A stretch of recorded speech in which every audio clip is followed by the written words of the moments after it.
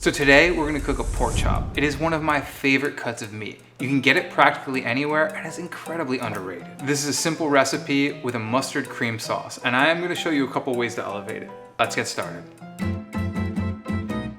This is a beautiful piece of pork here. What you're looking for is a nice pink color with a little bit of marbling.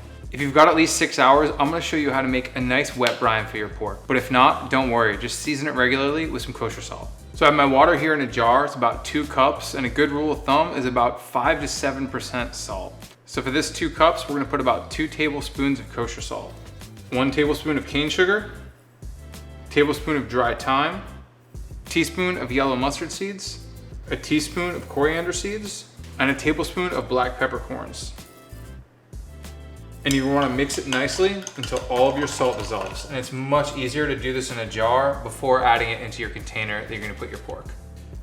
So we've got our pork in our container, and we're gonna take our brine solution and pour it over it.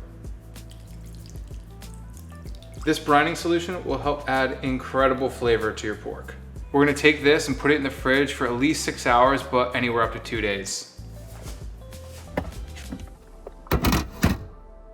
Once it's done brining, you want to take it out and pat it dry. Just make sure to remove any herbs that are stuck to it.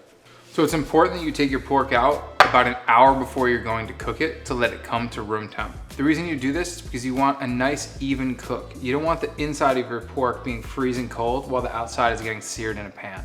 Now we're gonna go ahead and add a little bit of oil. It's super important that you let both your pan and your oil get hot. You know your oil is hot and ready when it's moving like water and it's shimmering in the pan.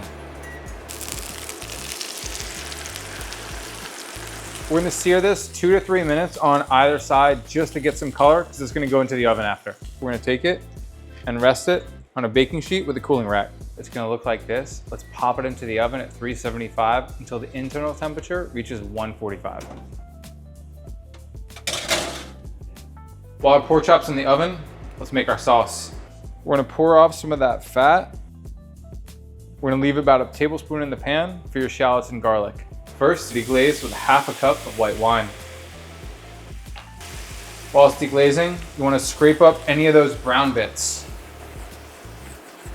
It's also a great way to clean your pan. Now we're going to add in our shallots and our garlic. We're adding some mustard for the acidity. The Dijon mustard, a little bit spicier, and the whole grain, a little bit more acidic with some sweetness. After that's nice and reduced, we're gonna add in our cream. We're gonna lower the heat before we add the butter so it doesn't break the sauce. And that mustard, it's a great emulsifier. Don't walk away from this, make sure you keep stirring to ensure that your sauce comes out velvety and smooth. Pork should be done by now. Let's check the temperature. That is perfect. Exactly what we're looking for, somewhere between 145 and 150. All right, let's slice this. Let's cut off the bone and slice it against the grain. Take some of that sauce and spoon it onto the plate. Now we plate the pork just slightly off center, just like that. We're gonna elevate this dish a little bit with some pickled mustard seeds for some sweetness and acidity. And it wouldn't be finished without some pickled golden raisins and some fresh parsley to garnish. While you shoot that, I'm just gonna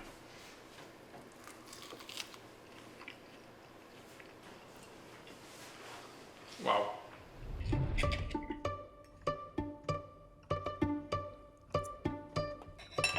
That pork is cooked perfectly. The sauce is amazing. I really hope you try this at home.